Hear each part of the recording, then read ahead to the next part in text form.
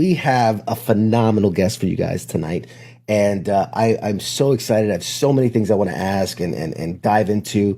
So without further ado, our next guest was born and raised in Honolulu, Hawaii. He went on to receive his Bachelor of the Fine Arts degree, and this was 6,000 miles away at Boston University. He's played memorable characters in films like Starship Troopers, with his breakout role coming in 1999 into the show, the paramedic action drama series Third Watch, Carlos Nieto. After that, he remained in the drama genre, usually playing police officer, detective, FBI agent. He's been in shows like Traveler, Quantico, Numbers, Criminal Minds, CSI, Lie to Me.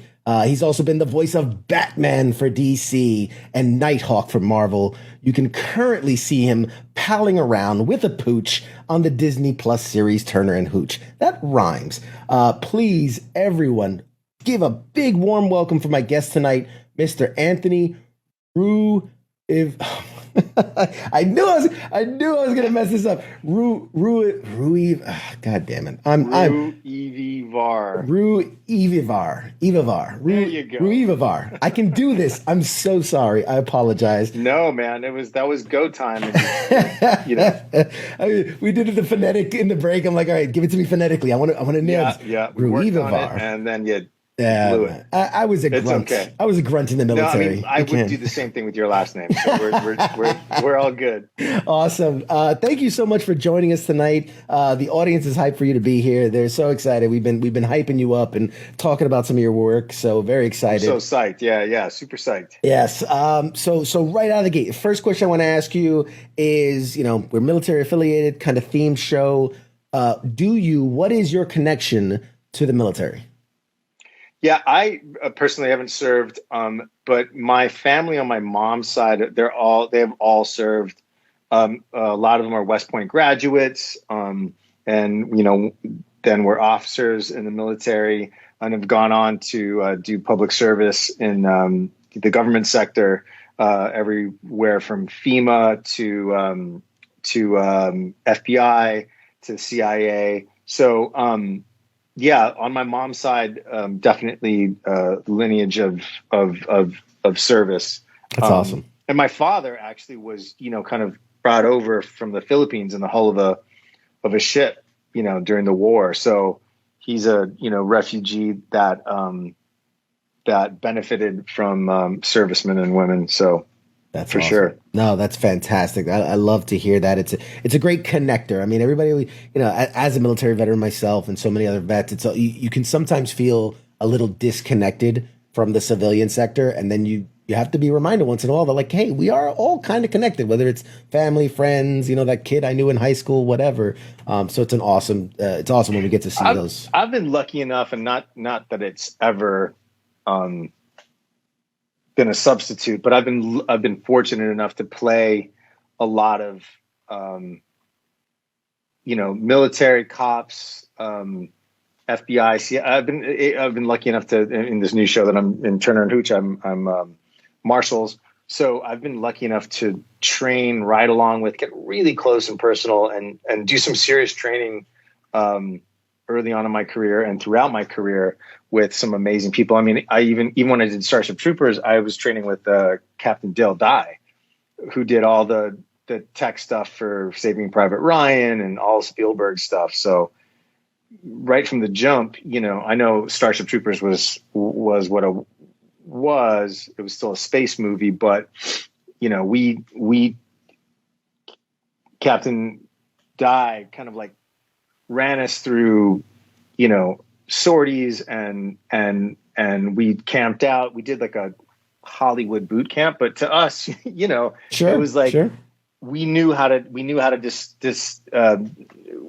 disassemble and assemble the weapons that we were using, so we had some basic training, and that just kind of kept going on in my career. So as a result, I feel more comfortable kind of playing that sector, Sure. right? Like rather than the civilian sector. So I find that super interesting. Absolutely. No, I've got some notes here, man. I've done a deep dive and I mean, you've made a career almost of this of, and I'm jumping ahead in my notes but I just love it. Like you play the man so well, you know what I mean?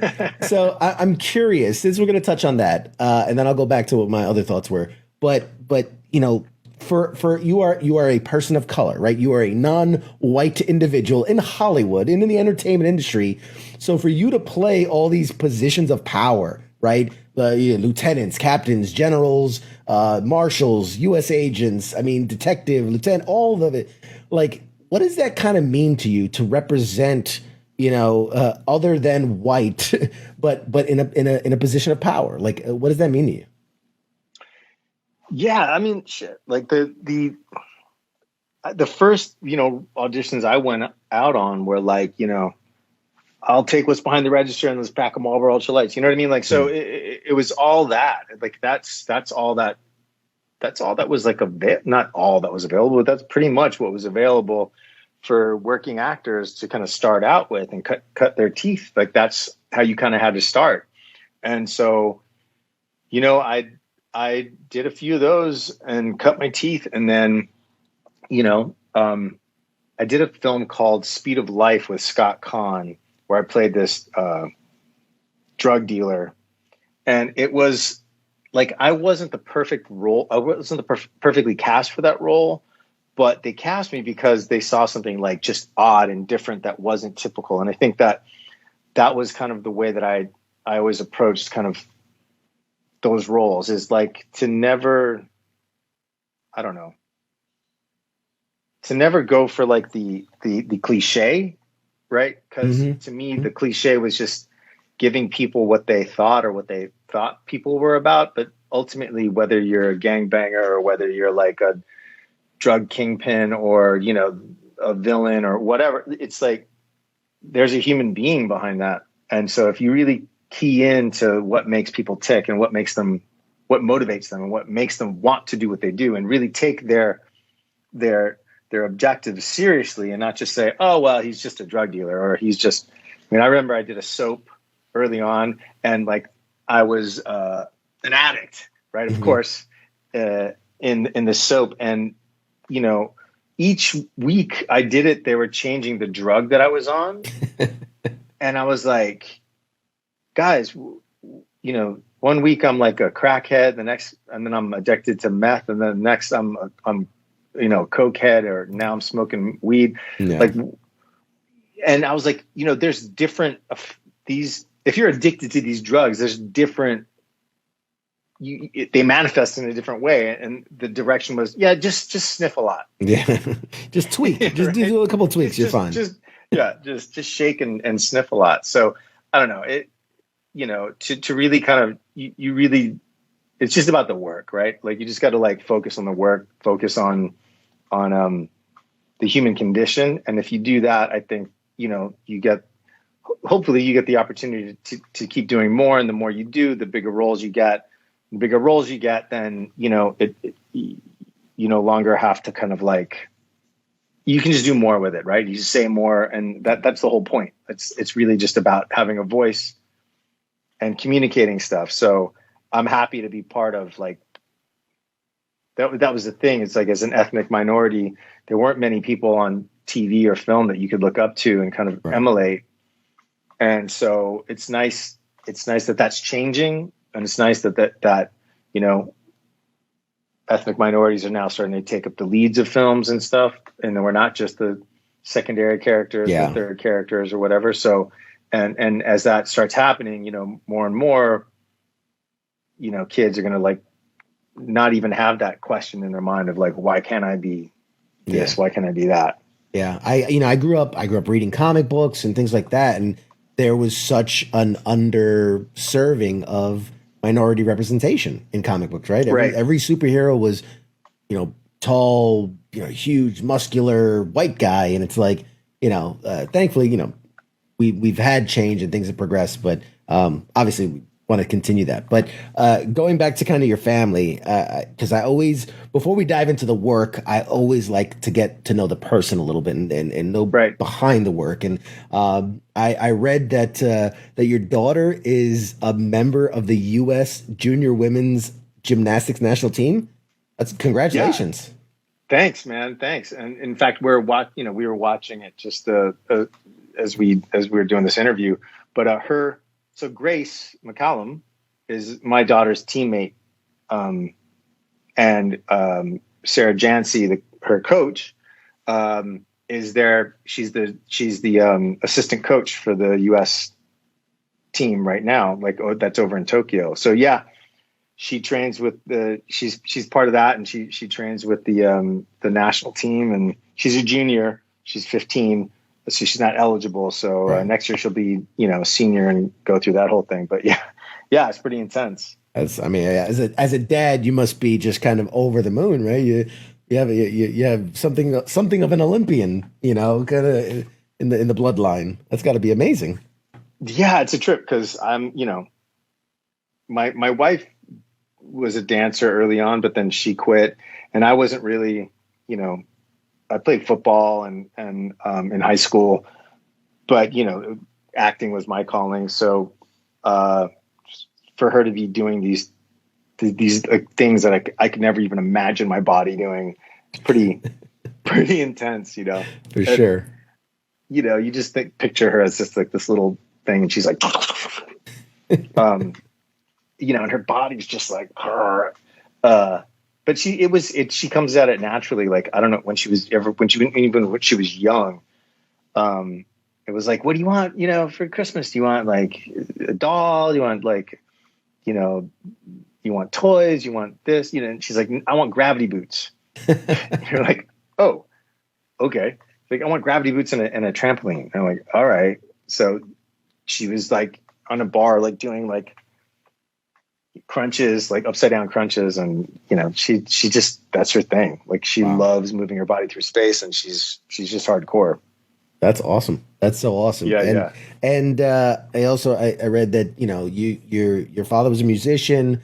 I found this fascinating, right? So your father was of Filipino, Chinese, Spanish descent, and your mother was German and Scottish descent. And then, wow, yeah, you did your research. Yeah, of course, I have to. It's fascinating to me. Like, I can't imagine, like, what was that kind of like growing up? Because it seems like a lot of those maybe kind of clash, maybe kind of go together. What was it like kind of growing up in that household? Yeah, well, going back to my mom's side of the family, who all have served and stuff. Like, I was like the little brown one, right? Because they're all like 6'4", like Dirk Square jaw, like big white guys, and that's the German Scottish side of Right. my family, and I was like the little brown one. So but that was the joke. But then also, that on top of that, I grew up in Hawaii, so you mix that in, and a lot of people early on thought I was Hawaiian, or which is a whole other thing. But growing up in Hawaii, it was cool. It was like a melting pot that's unlike the States, right? So you're growing up with Filipino, Chinese, Portuguese. White was actually the minority, right? So we teased each other and made fun of each other, and it wasn't very PC, but it was cool because it wasn't lethal. You know what I mean? Like, it's not like your boss was like the white guy who, was going to hold something over you. And, your boss was like the Chinese Portuguese guy who you could tease. Right. So it was just a different vibe. And then growing up, it was a trip. My dad, was a musician. And then my uncle was the first, he was on Broadway. He did music theater. He was like the first Asian American to take over Jonathan Pryce's role in Miss Saigon as the engineer. Because before that, Jonathan Pryce was playing the engineer with like literally slant eyes and yellow face. So it was pretty trippy. Anyway, so yeah, I grew up in a highly kind of artistic family. My dad, would take me on the road with him because he'd be gone 6 months out of the year. So if I wanted to spend some time with him, like I'd just go on the road with him. So I'd grow up in, you know, watching the show from the light booth, you know, whether it's in Anaheim, California, or in Canada where they're playing, or in Vegas, you know, and I'm like this little kid, like with all the showgirls I remember in Vegas, and they've just got like the tassels and like the big headdresses, and I'm backstage there. And I thought the coolest thing was not that, was that we got free soda. You know, I'm like, man, living the high life, man. Yeah, totally. Is that kind of where you developed wanting to be on stage, wanting to be in front of the camera, wanting to be an actor? Is that where that comes from, or was that more down the road? I mean, probably that's where it started. But I didn't. I mean, I've picked up music, so like as a hobby, I play drums or guitar, but I don't do it professionally. But I didn't want to pursue, you know, music theater. I wanted to go into kind of straight drama. I just couldn't, as much as I love music theater or some music theater, I just couldn't get with breaking in a song in the middle of a monologue, or, you know, it wasn't something that I took to. So I went into straight drama. And I mean, I went to an all male academy, and like the all girls school was the ones that were putting on auditions for plays and stuff. So I figured that was like probably the best way to meet, you know, girls growing up. Of course. So I think that was the start of it, right? Plays a part in it. I did a little musical theater in high school too, because I noticed all the girls were there. So I get you. Right. A question from the audience is, where is it? There it is. From Jim. Did you ever want to do backstage crew kind of stuff before acting? Yeah. So I did some backstage stuff with my dad's show. You know, that was just fun, like kind of like, hey, you know, mom and pop kind of help dad out with the shop, right? Kind of stuff. But when I went to college, it was a conservatory, and part of our training was doing stagecraft. So I learned how to build sets, sew costumes. You know, we also ran the shows for the upperclassmen when we were freshmen and sophomores. So we'd be moving sets and helping with costume changes and you know, doing laundry after the so we did all of the stagecraft, and we did you know, we ran the shows. And then, you know, growing up with my dad's show, I did follow spots and some lighting cues and stuff like that. So I did get some behind the scenes for sure. That's pretty cool.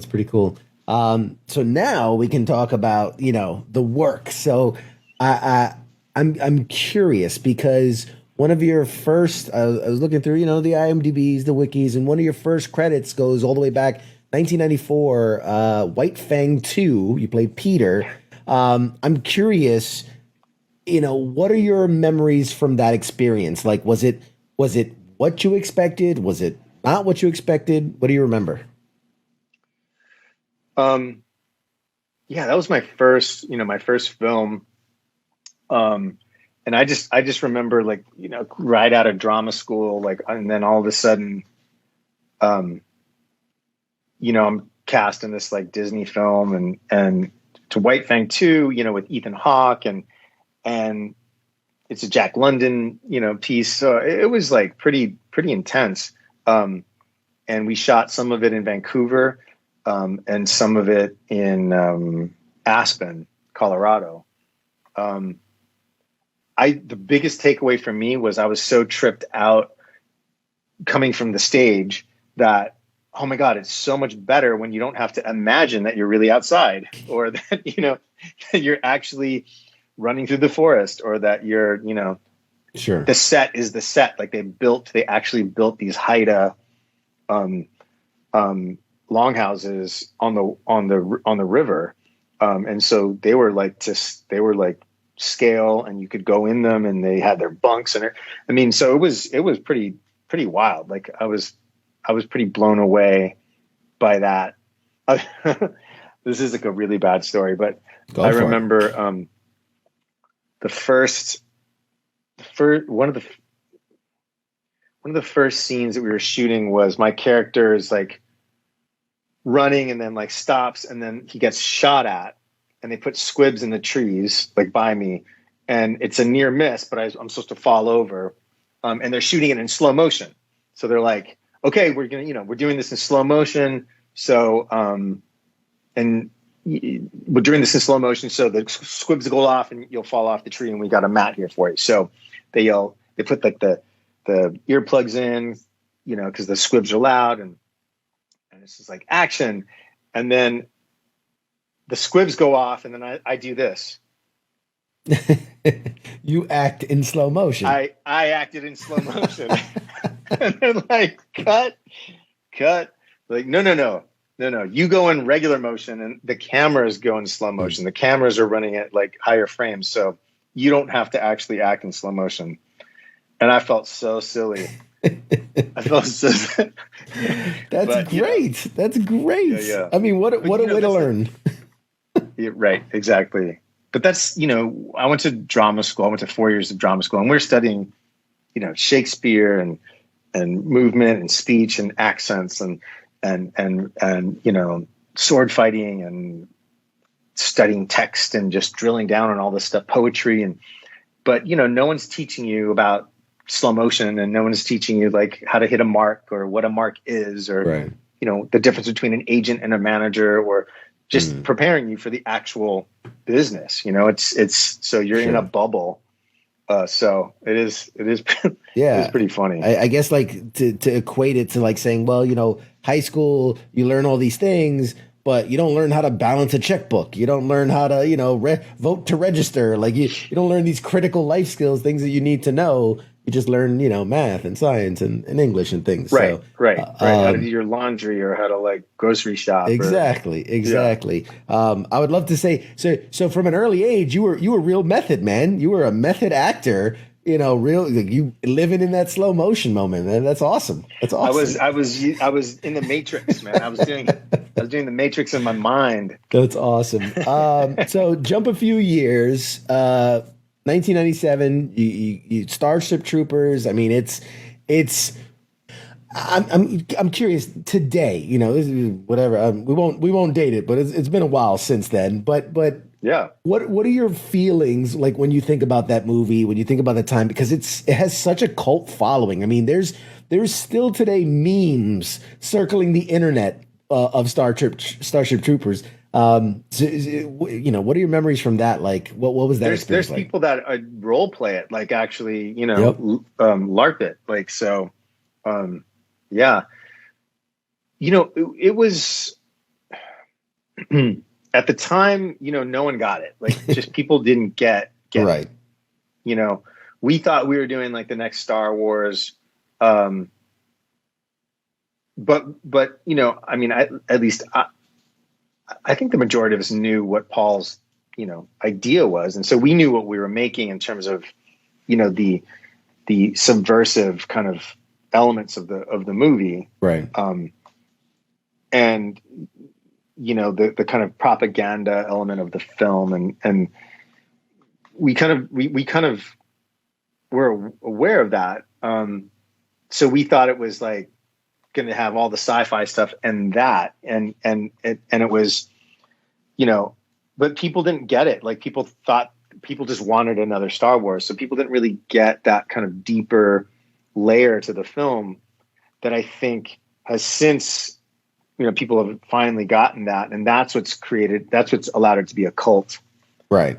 You have such a cult following. And, to this day, I know so many people who are like, it's one of their top sci-fi movies of all time because of it, Yeah. I mean, there was a lot of social commentary to it. There was a lot of hidden, I don't want to say hidden messages, but just meaning behind certain things, where on the face of it, it was very silly action, horror-esque. I mean, I wouldn't even put it horror, but just that sci-fi kind of like jump scare kind of stuff. But yeah, I think it has lived on because of how different it was to A, what it was expected to be, and B, just kind of what everything else was at that time.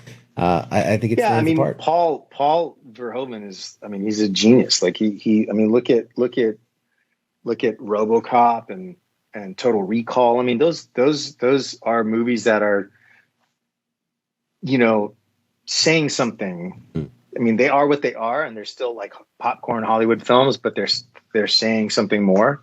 They have much deeper kind of resonance, and that's what he's doing with Starship Troopers. You know, and I mean, even Showgirls was Paul saying, you know what, okay, I'm gonna do like the worst, you know, B movie, late night Skinamax kind of film that you can imagine. And he set out to do that. Like, that wasn't just a mistake. That wasn't him making like, oh, oops, I made a really bad movie. That was conscious. Yeah. It walks the line of like gritty and parody. And it's sometimes you don't know which side of it you're on. You kind of weave back these very serious moments and then these very silly over the top moments. And a lot of those movies, RoboCop did it, you know, Starship Troopers, and you know, they're great movies. I mean, they're so in their time. Like, you watch it back and you're just like, yeah, I remember that time and what it was. But you know, like rewatching it, like Phil Tippett, the visual effects guru, who did the bugs for Starship. I mean, this guy did like the Tauntaun for Star Wars, the AT-ATs. He did like the he did the chessboard, you know, in the Millennium Falcon. Like he did all the heads in the cantina. So he did all the bugs for Starship Troopers and animated them. You know, some of it was puppets and some of it was stop frame and some of it was, you know, CGI. But it still holds up. Like the animation of the bugs still totally holds up. Yeah. You know, I mean, I remember just being, because I'm arachnophobic, and I remember like getting the script and I'm like, wait a minute, we're fighting like giant spiders.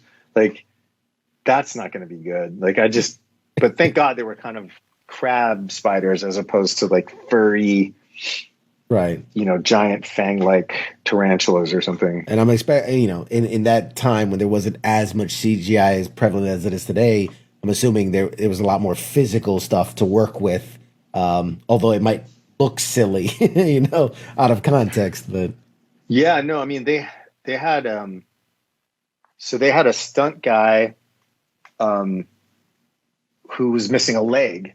And so they put a prosthetic on it, and so they could actually have the bug head on a crane, come down and snap his leg off. And then he's like, to double me. And then they had my stunt double.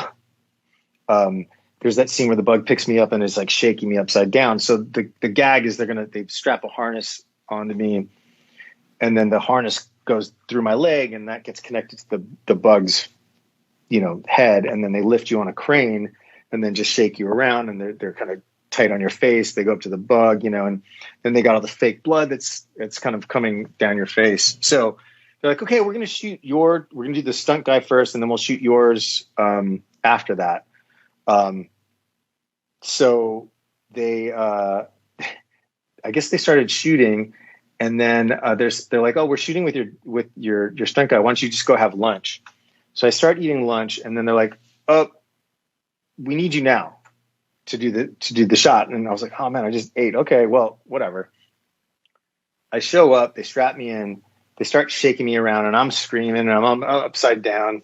We do a couple takes, and I'm just like, just swinging for the fences. And the next thing, I black out. The next thing I know is like, I kind of wake up, and I'm coming to on the ground. Oh, man. And they're like rushing over, untangling me from the bug jaws. And they're like, man, you lasted way longer than your stunt guy. And I was like, what? So apparently the reason why they had to bring me in so quick is because he passed out like on the first pass. Because you're upside down, you're screaming, you know, it's a whole, and it's like right after lunch, you're like, oh my God. I mean, my God, I can't imagine. Like, I think of like, you know, the flight simulators or like the astronaut trainers when they like put you in those machines and wave you all over the place. That must, I mean, part of that, I mean, it has to be kind of fun though, right? I mean, it's like, do you feel like a kid when you're like, yeah, I mean, that's half the reason why I wanted to, you know, do what I do, is you just kind of get to, you know, I guess we're just like crazy where we're like, I don't know what I really want to do, so I'll just try to do everything. Yeah, like, you know, I I'll get to be like everybody. Yeah, I get to spend time like doing like, military training with Captain Del Dye, and then, so it's fun. We just get to do a lot of different fun things. Oh, that's so cool. So from there, you kind of transitioned to start. You're doing the movie stuff, and then started doing the TV stuff. Third Watch, which I mean was huge. I mean, huge. You did 131 episodes as Carlos. I mean, what a cool opportunity. I mean, what for you coming from doing more films and then coming into this role, was it a jarring experience to go from like filmmaking to TV making, or was it a pretty easy transition? No, it was a weird transition. I remember, so in films, you've got a beginning, middle, and an end, right? And so as an actor, you kind of like look at your role, and you look at like how you arc things out, like just as a storyteller or whatever. You've got some place where you start, some place where you think you want to be, and some place where you end up, right? So that all transpires within the course of the movie. So I got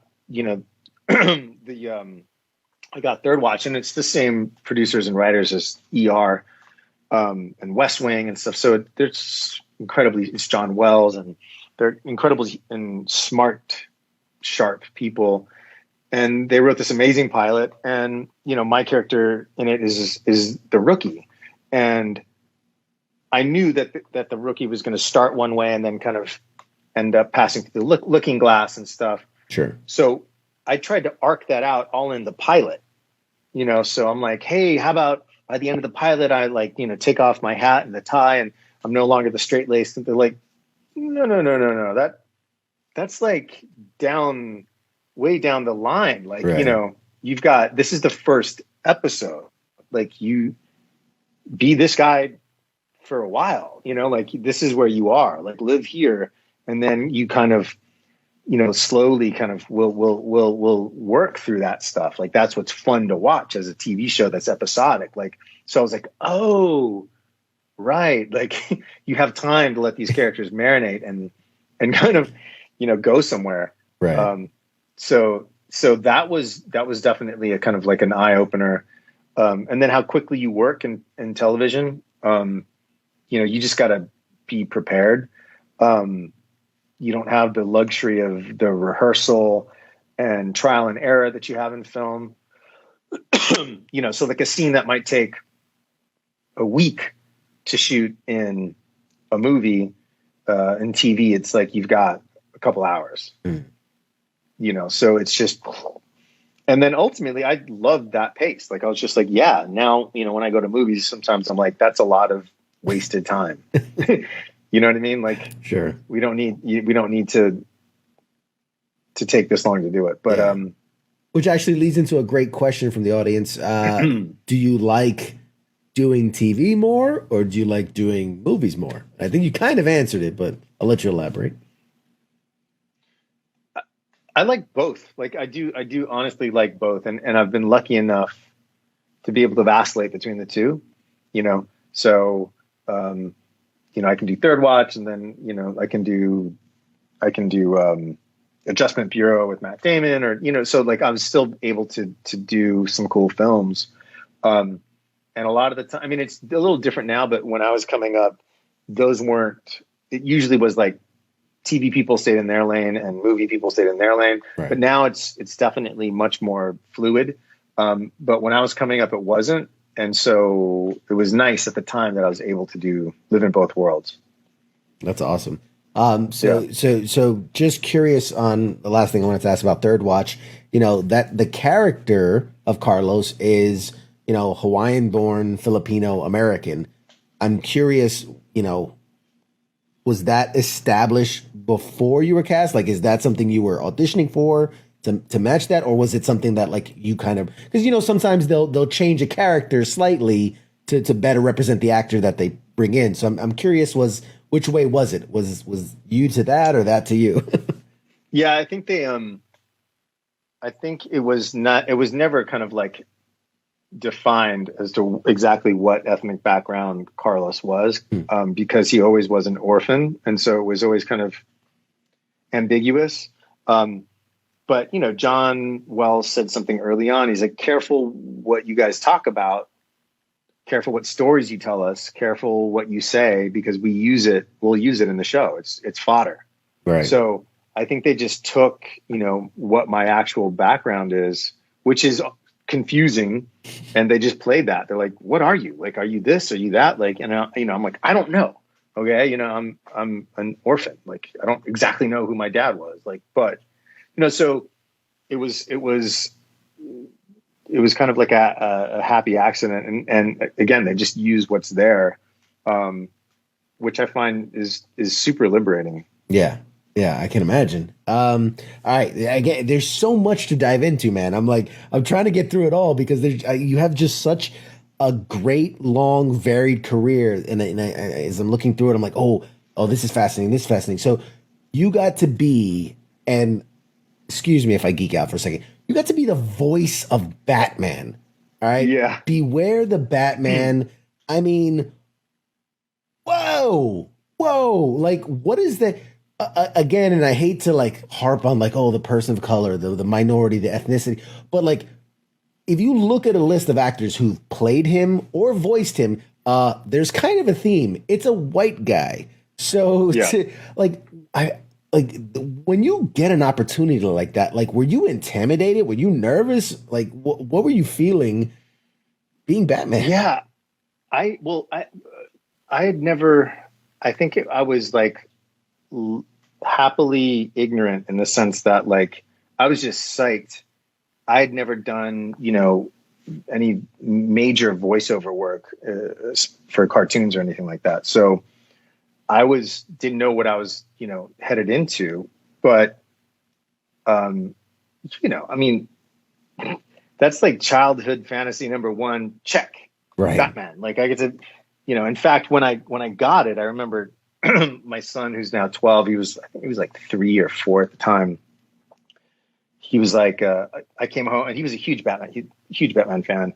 And I came home and I was like, I got it. And I'm like, I got it. I'm Batman. I'm Batman. And he looks at me and he's like, I'm Batman. You know what I mean? So I'm like, no, I'm Batman. Like I'm playing Batman. And he's like, no, I'm Batman. It's like, oh, right. Of course. And so it was like a whole thing for a bit. And then he finally brought home a Batman t-shirt, one for him and one for me. And he's like, hey, we're both Batman. I was like, oh. That's adorable. Oh my God. That's so adorable. Yeah. I love that. Yeah. To be able to voice Batman, I'll just never forget like the audition. I'm in there and they're like, okay, I did the scene with who's going to be Alfred J.B. Blanc, who's awesome. And they're like, okay, that was great. Okay, now do the sound when you throw a batarang. And I was like, what? They're like, do the sound as if you're throwing a batarang. And I was like, are you kidding me? Like, I'm like totally geeking out. Like, I would do this. I did this all the time as a kid. I'm like, right. Now do the sound, you're Batman getting hit. Like now, and then when the ultimate is, okay, I had the line, I'm Batman. And it was like, to be able to say that, like, I freaked out a little bit. Yeah, for sure. Yeah, there's people in the chats, and I wasn't going to add it. They're like, can you do the voice? Can you be Batman for a moment? Can you appease the audience? You got it in you? Yeah.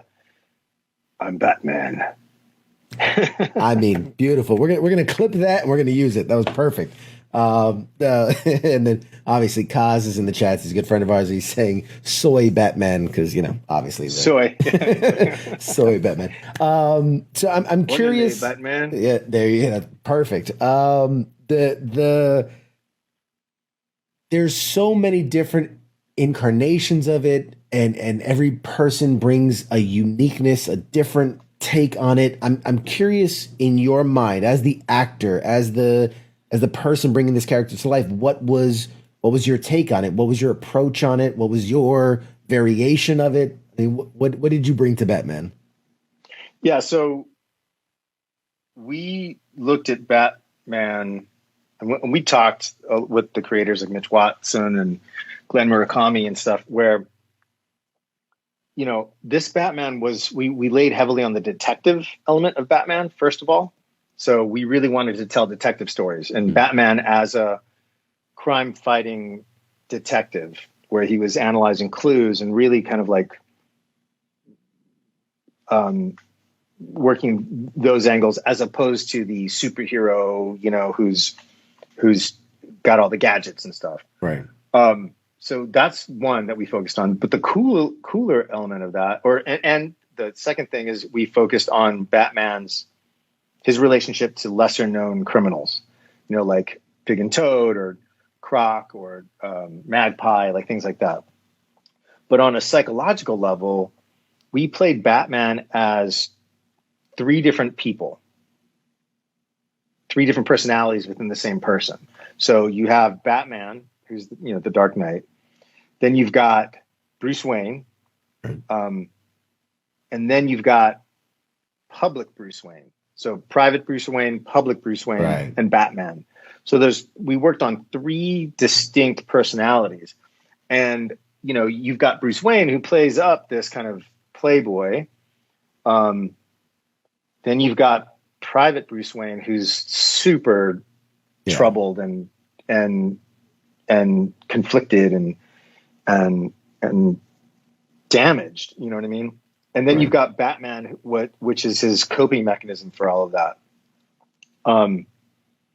And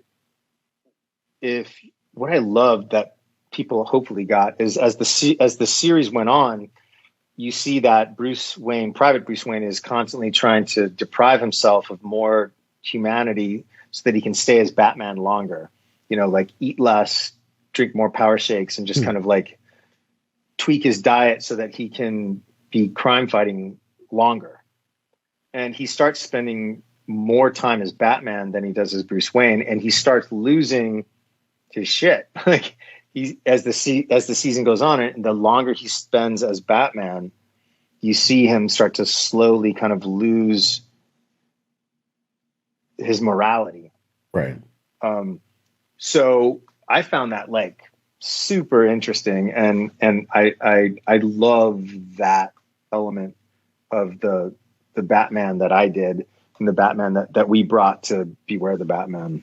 That's awesome. From the chats, Gamer Sly says it's probably my personal favorite Batman show. So, oh wow, there you go. Man. Yeah, you got big fans. He also says, what characters or events would you have liked to see in Beware the Batman if it had gotten more seasons? Characters or events you'd like to have seen? I would have loved to have like some connection to. I mean, we had Katana, but I would have loved to see, if Robin ever entered into the equation and what that would have looked like, or the Joker, and or the Riddler, like I know that we wanted to focus on the lesser known villains, but I think it would have been nice to have like a couple of seasons where you focus on them, and then all of a sudden you bring in the canon of Batman villains and just have those two worlds kind of collide and see what that would be like. Sure. But we had Deadpool and, Killer Croc, and we had some, those were some of the best episodes, like with, with Deadpool or Killer Croc. So, yeah. Oh, that's cool. Yeah. I mean, I thought we definitely had more in the tank, so I'm sad that we didn't get to do more, but I think the CGI just really tripped people out. Yeah. And it kind of was a sticking point, but as with a lot of stuff, early on, we kind of got a lot of flack before people really watched the show of like, oh man, it's going to be, CGI Batman and it's not, Kevin Conroy, and it's not, it's what, people were already kind of, down on it. They make their judgment before they actually see the product. They don't give it a chance, which is something right. And then right, and then it came out, and then I think people started to like it, but by that time, it was going to get canceled. And then people are like, why are you canceling it? Like, oh, typical. They never give stuff a chance. And you're like, well, I don't know. It's just that kind of, it's a difficult position to be in. And I also think that, we were on Cartoon Network when we started, and the show that we were doing wasn't really a Cartoon Network show. Like, it was more, I think it was more Adult Swim, which it ended up going to. But I think if we started there, or started now, like on one of the streaming platforms that they have, if it was like on a Netflix or something like that, or like whatever the Warner Brothers streaming service is, I think it would have probably done a lot better. Sure. Jim wanted to know too in the comments, was there, like, when you came to the voice of Batman, was it just like the first thing that came out and that was it, or did you have different iterations of it? Did you try different types of it? I mean, how did you come to the voice of Batman? Yeah, I think I just try to like figure out where the lower register of my voice is, and the kind of monotone. I mean, because I think the monotone is there to keep the illusion up of, it's ambiguous. It's like dark. It's just kind of like, but I didn't want to go super gravelly, or barky, or, mainly because it's a hard thing to keep up. I mean, it's you got to try to find a voice that you can still have fun with and not like just be trashed at the end of the day with. And then I really think that it wasn't solely my Batman voice. I think it's when I went to Bruce Wayne and then went to public Bruce Wayne, because they had you audition all of those. I think that the three of those voices is what probably locked it down for me, not just solely my Batman voice. Right. No, that's awesome. And we're running short on time. My God, like I've been having so much fun kind of diving into this, because I mean, like, I wanted to touch on, you did Avengers Assemble, you were on Scream. One of the favorite things, personally, my favorite things that I've seen you in was Frequency. I was so bummed that Frequency did not continue on, because I was hooked. I love that sci-fi stuff. I love the challenging of reality, and like I grew up on Back to the Future, so messing with the past and it messes with the present and all these different things. So I really truly appreciated your work on that and what you did there. But before we go, we should talk about what you're in now, right? I mean, you're currently on the kind of revival, rebooted sequel, whatever you want to call it, for Disney Plus, Turner and Hooch. You play James Mendez, who is the chief of the U.S. Marshals. Were you a fan? I'm just curious of the original work. I mean, is it something that was in your realm? I mean, when this came up, was it like, oh, I got to jump at that, or what? Yeah, I mean, I don't know of anyone who doesn't have a soft spot for Turner and Hooch, like the movie. Like, you know what I mean? Like, you watched it and you're like, Tom Hanks, slobbery, disruptive dog who drinks beer, like, done. You know what I mean? Like, so everyone that I've ever brought it up to, or that I talked to about it, they love the original. So, the idea of being able to be involved in a reboot and kind of do it with Disney Plus. So back in the saddle with Disney again, and to carry on this kind of tentpole property of theirs was a big honor. And it was like, oh man, like, are you kidding? Like, that would be great. And Matt Nix, who I'd worked with before on Burn Notice, I know is probably one of the smartest guys working in television today. So he was the writer creator of it, setting it instead of in the detective realm where, it can get pretty dicey, but it's the Marshals. And so they're, for a Disney Plus show with a dog, it's like perfect, right? You're like going after, forgeries and money laundering and things like that. Like, so they're very clearly bad guys, so it's good and bad, there's no gray with the Marshals. So it just seemed like a great recipe. Then McG directed the pilot, who's, directed all the Charlie's Angels movies. So you've got all this high octane. We've got some car chases in there that are like, what is happening? Like it's hardcore, And so ultimately, and it's not a reimagining of Turner and Hooch. It's kind of a continuation. Right. It's like we pick up, years later when Tom Hanks's son is basically all grown up and, is now a U.S. Marshal, and the story kind of launches from there. And he inherits like Hooch 2.0, like a new Hooch. And he's basically, kind of like from the grave kind of saying, hey, I want you to have this dog because you need this more than you realize.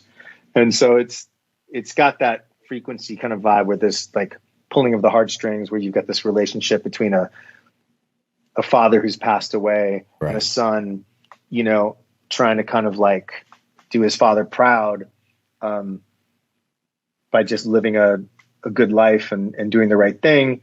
And then you've got, family fun with the slobbery dog who's always into mischief.